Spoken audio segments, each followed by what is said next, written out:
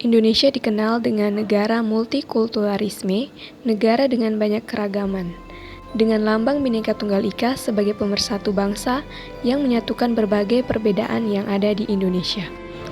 Indonesia adalah negara yang beragam, salah satunya adalah ragam agama.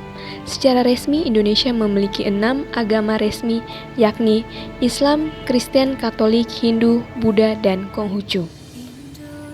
Namun dari 6 agama resmi tersebut, apakah masih ada agama lain?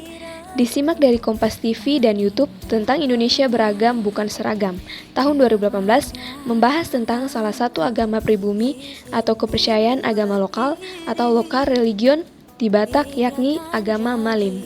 Penghayat kepercayaan ini setempat dipermasalahkan.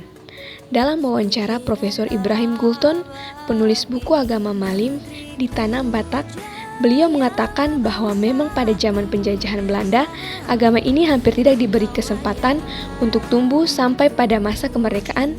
Dengan kata lain, bisa kita lihat pendiskriminasi telah terjadi pada saat itu. Dalam GHBN dulu juga dikatakan supaya jangan sampai agama atau kepercayaan di daerah tersebut tumbuh menjadi agama. Artinya agar menghindari akan terjadinya konflik. Dalam haluan garis-garis besar tahun 1973, negara mengakui adanya penghayat kepercayaan sebagai bagian dari identitas negara. Namun pada tahun 1978, GHBN negara menghadirkan kolom agama di bagian kependudukan seperti KTP dan KK, hingga dalam administrasi kependudukan semua warga negara diwajibkan memilih salah satu dari 6 agama resmi untuk dianut. Untuk kebutuhan mengisi kolom agama, penganut Formalin Sulut meminjam agama Kristen untuk mengisi kolom tersebut. Ketua PGI Sulut menentang hal tersebut karena melawan HAM.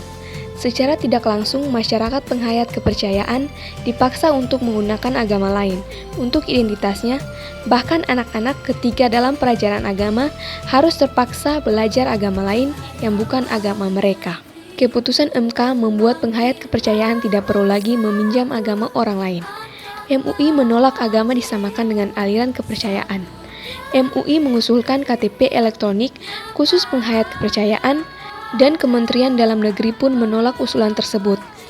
Direktorat Jenderal Kebudayaan Kementerian Pendidikan dan Kebudayaan mengajak kelompok-kelompok penghayat kepercayaan mendaftarkan diri, dan dirjen inilah yang akan bertanggung jawab menelusuri dan membina kelompok-kelompok penghayat, termasuk memfasilitasi kebutuhan kewarganegaraan para penganut.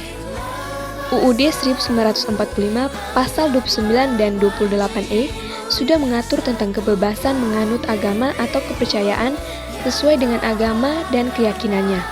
Pasal-pasal inilah yang menjadi putusan MK mengenai penghayat kepercayaan dalam kolom agama di KTP dan KK.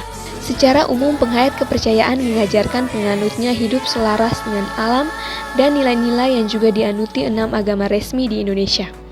Hingga kini, masyarakat penghayat kepercayaan merasa lega karena keberadaan mereka secara administrasi boleh makan tempat dan menjadi warna di Nusantara. Warna yang nyaris terlupakan namun kini dipertegas. Itulah Indonesia dengan Bhinneka Tunggal Ika sebagai wadah yang menyatukan segala perbedaan dengan menghidupkan toleransi yang kuat antar suku, ras, dan agama. Suci nan